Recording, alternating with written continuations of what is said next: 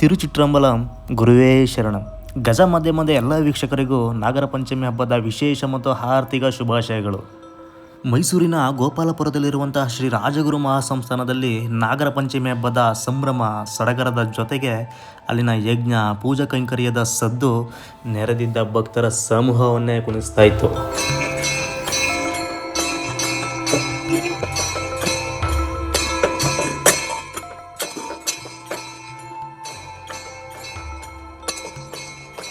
ಗೋಪಾಲಪುರದ ಈ ಗುರುಮನೆಯಲ್ಲಿರುವಂತಹ divinity power, ಆ positive energy ಏನು ಅನ್ನೋದು ಇಲ್ಲಿಗೆ ಭೇಟಿ ನೀಡಿರುವಂತಹ ಭಕ್ತರಿಗೆ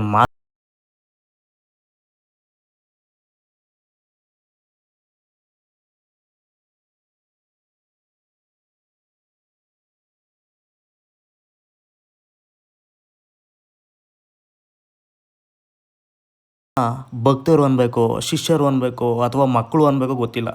ಯಾಕಂದರೆ ಈ ಗೋಪಾಲಪುರದ ಈ ಗುರುಮನೆ ಒಬ್ಬ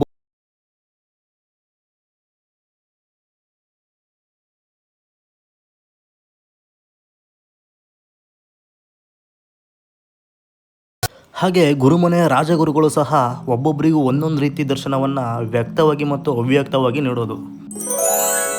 ಒಬ್ಬರಿಗೆ ಶ್ರೀ ಗುರು ರಾಘವೇಂದ್ರರಾಗಿ ಕಂಡ್ರೆ ಒಬ್ಬೊಬ್ಬರು ಸಾಯಿಬಾಬರಾಗಿ ಕಂಡ್ರು ಅಂತ ಹೇಳ್ತಾರೆ. ಇನ್ನು ಕೆಲವರು ತಾಯಿ ಅನ್ನಪೂರ್ಣೆಯಂತೆ, ಕೃಷ್ಣನಂತೆ, ವೆಂಕಟಾಚಲರಂತೆ, ದತ್ತಾತ್ರೇಯನಂತೆ ಕಾಣಿಸಿದ್ರು ಅಂತ ಹೇಳ್ತಾರೆ. ರಾಘವೇಂದ್ರ ಗುರುಗಳಿಗೆ ನೋಡಿದ್ದೀನಿ. ರಾಘವೇಂದ್ರ ನೋಡಿದ್ಯಾ? ಹೇಗೆ? ನಾನೇನ ಫಸ್ಟ್ ಟೈಮ್ ನಿಮ್ಗೆ ನೋಡಿದಾಗೆ ಅವರನ್ನೇ ನೋಡಿದ್ದೀನಿ ಅನ್ಕೊಂಡಿದ್ದೀನಿ. ಜೈ ಬಾಬು.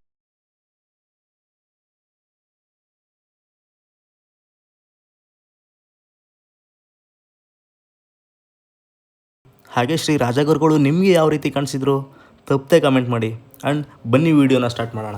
वासुदेव कृष्ण नाम है मेरा.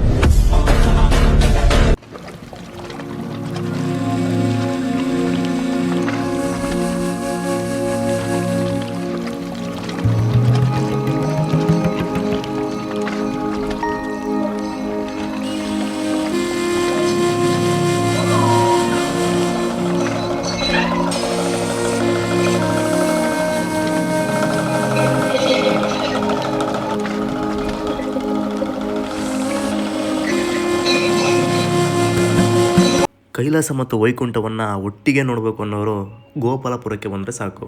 ಏನಕ್ಕೆ ಅನ್ನೋ ಪೂರ್ತಿ ಇನ್ಫಾರ್ಮೇಷನ್ನ ಅಪ್ಕಮಿಂಗ್ ವೀಡಿಯೋಸಲ್ಲಿ ಕೊಡ್ತಾ ಹೋಗ್ತೀನಿ. ಇವಾಗ ನಾಗರ ಪಂಚಮಿಯ ವಿಶೇಷತೆಯನ್ನು ನೋಡೋಣ ಬನ್ನಿ. ನಮ್ಮ ಸನಾತನ ಧರ್ಮದಲ್ಲಿ ಪ್ರತಿಯೊಂದು ಹಬ್ಬಕ್ಕೂ ಒಂದೊಂದು ಆಳವಾದ ಅರ್ಥವಿದೆ. ಅದೇ ರೀತಿಯಲ್ಲಿ ನಾಗರ ಪಂಚಮಿ ಕೂಡ ಕೇವಲ ನಾಗನಿಗೆ ಪೂಜೆ ಮಾಡುವ ದಿನವಲ್ಲ.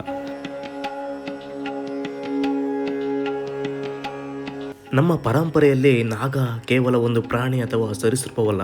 ನಾಗನನ್ನು ಪ್ರಕೃತಿ, ಭೂಮಿ, ನೀರು ಮತ್ತು ಜೀವ ಜಗತ್ತಿನೊಂದಿಗೆ ಸಂಬಂಧ ಹೊಂದಿರುವ ದೈವಿಕ ಪ್ರತೀಕವಾಗಿ ನೋಡಲಾಗಿದೆ. ಹಳೆಯ ಕಾಲದಲ್ಲಿ ಹೊಲ ಗದ್ದೆಗಳಲ್ಲಿ, ಕಾಡುಗಳಲ್ಲಿ ಮತ್ತು ಹಳ್ಳಿಗಳ ಸುತ್ತಮುತ್ತ ನಾಗಗಳು ಸಾಮಾನ್ಯವಾಗಿದ್ದವು. ಇಲಿಗಳನ್ನು ನಿಯಂತ್ರಿಸುವ ಮೂಲಕ ಕೃಷಿಗೆ ಸಹಾಯ ಮಾಡುವ ಜೀವಿಗಳಲ್ಲಿ ಹಾವುಗಳಿಗೂ ಒಂದು ಪಾತ್ರವಿದೆ. ಹೀಗಾಗಿ ಪ್ರಕೃತಿಯಲ್ಲಿರುವ ಪ್ರತಿಯೊಂದು ಜೀವಿಗೂ ಗೌರವ ಕೊಡಬೇಕು ಎಂಬ ಸಂದೇಶವು ನಾಗಾರಾಧನೆಯಿಂದೇ ಕಾಣಬಹುದು. ಹಿಂದೂ ಪಂಚಾಂಗದ ಪ್ರಕಾರ ಶ್ರಾವಣ ಮಾಸದ ಶುಕ್ಲ ಪಕ್ಷದ ಪಂಚಮಿ ತಿಥಿಯನ್ನು ನಾಗರ ಪಂಚಮಿ ಎಂದು ಆಚರಿಸಲಾಗುತ್ತದೆ.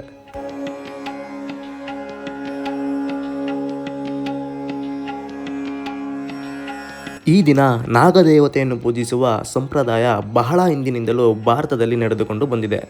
ಕರ್ನಾಟಕ ಸೇರಿದಂತೆ ಭಾರತದ ಹಲವು ಭಾಗಗಳಲ್ಲಿ ನಾಗಾರಾಧನೆಗೆ ವಿಶೇಷ ಸ್ಥಾನವಿದೆ. ಕೆಲವು ಕಡೆಗಳಲ್ಲಿ ನಾಗರ ಕಲ್ಲುಗಳಿಗೆ ಪೂಜೆ ಮಾಡುತ್ತಾರೆ.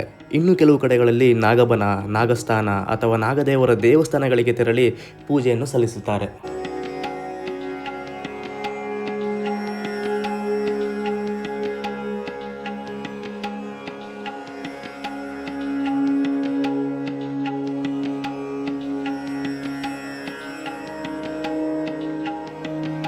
ಗುರುಮನೆಯಲ್ಲಿ ನಾಗರ ಪಂಚಮಿಯನ್ನು ತುಂಬ ವಿಶೇಷವಾಗಿ ಹಾಗೂ ಶ್ರದ್ಧಾಭಕ್ತಿಯಿಂದ ರಾಜಗುರುಗಳ ಸಮ್ಮುಖದಲ್ಲಿ ಆಚರಿಸಿದಂತಹ ಕ್ಷಣಗಳು ಭಕ್ತರ ಮನಸ್ಸಲ್ಲಿ ಅಭಯಸ್ಥವಾಗಿ ಜೀವನದ ನೆಮ್ಮದಿಯ ಸೂಚಕವಾಗಿ ಕಾಣುತ್ತಿತ್ತು.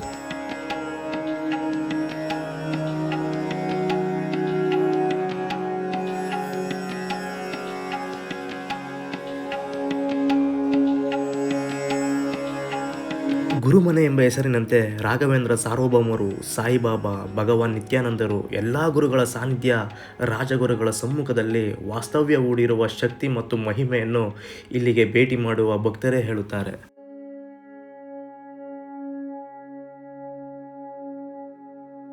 ಜೀವನದಲ್ಲಿ ಯಾವುದಕ್ಕೂ ದಾರಿನೇ ಕಾಣ್ತಿಲ್ಲ ಅಂದಾಗ ಚಿಂತೆ ಮಾಡಬೇಡ, ನಾನಿದ್ದೀನಿ ಅಂತ ಹೇಳಿ ಅಭಯಹಸ್ತ ತೋರಿಸಿ ಬದುಕಿಗೆ ಒಂದೊಳ್ಳೆ ದಾರಿ ರೂಪಿಸುವಂತಹ ಇಂತಹ ಗುರುಗಳು ಸಿಕ್ಬಿಟ್ರೆ ಲೈಫಲ್ಲಿ ಇನ್ನೇನು ಬೇಕು.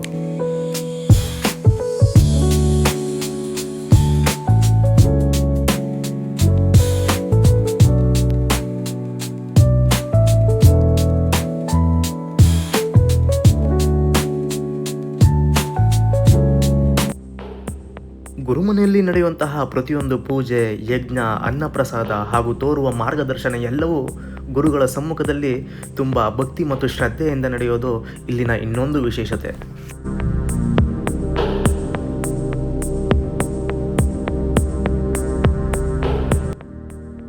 ಗುರುಮನೆಯಲ್ಲಿ ನಾಗರ ಪಂಚಮಿ, ನಾಗರ ಕಲ್ಲಿಗೆ ವಿಶೇಷ ಅಭಿಷೇಕ ಮಾಡುವ ಮೂಲಕ ಭಕ್ತರ ಸಮ್ಮುಖದಲ್ಲಿ ರಾಜಗುರುಗಳು ಚಾಲನೆ ನೀಡಿದರು.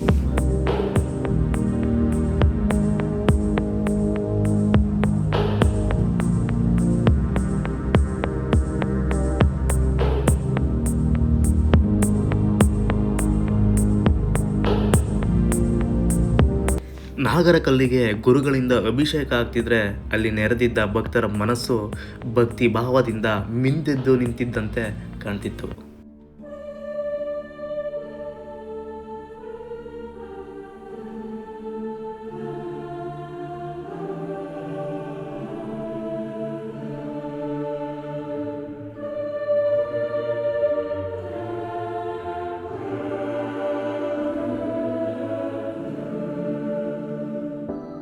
ಗುರುಗಳ ಅಭಿಷೇಕದ ನಂತರ ನಾಗರ ಕಲ್ಲಿಗೆ ಭಕ್ತರಿಗೂ ಅಭಿಷೇಕದ ಅವಕಾಶವನ್ನು ಕಲ್ಪಿಸಿಕೊಟ್ರು.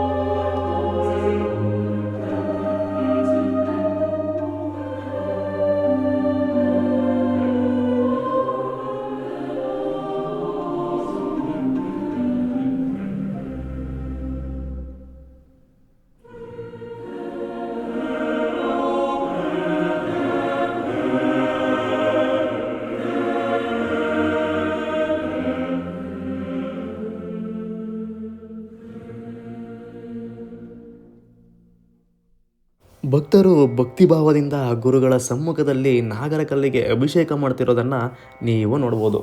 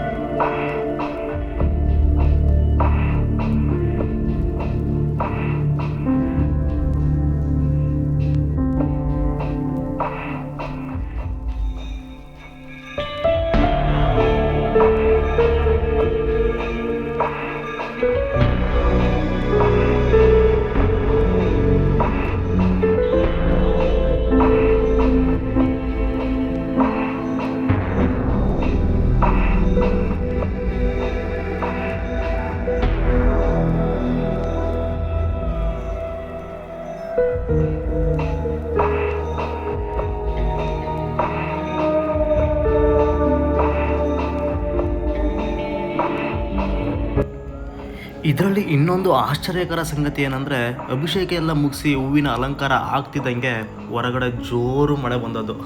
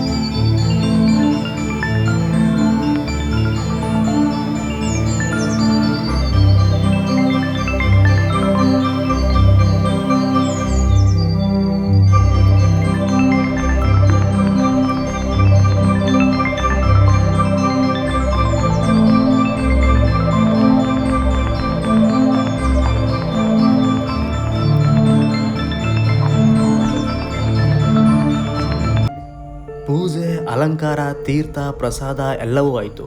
ಇವಾಗ ಗುರುಮನೆಯ ಸ್ಪೆಷಲ್ ಯಜ್ಞ ಸ್ಟಾರ್ಟ್ ಆಗೋ ಸಮಯ. ಈ ಯಜ್ಞ ಅಂದರೆ ಏನು? ಯಜ್ಞನ ಏನಕ್ಕೋಸ್ಕರ ಮಾಡ್ತಾರೆ? ಇದರಿಂದ ಏನು ಪ್ರಯೋಜನ?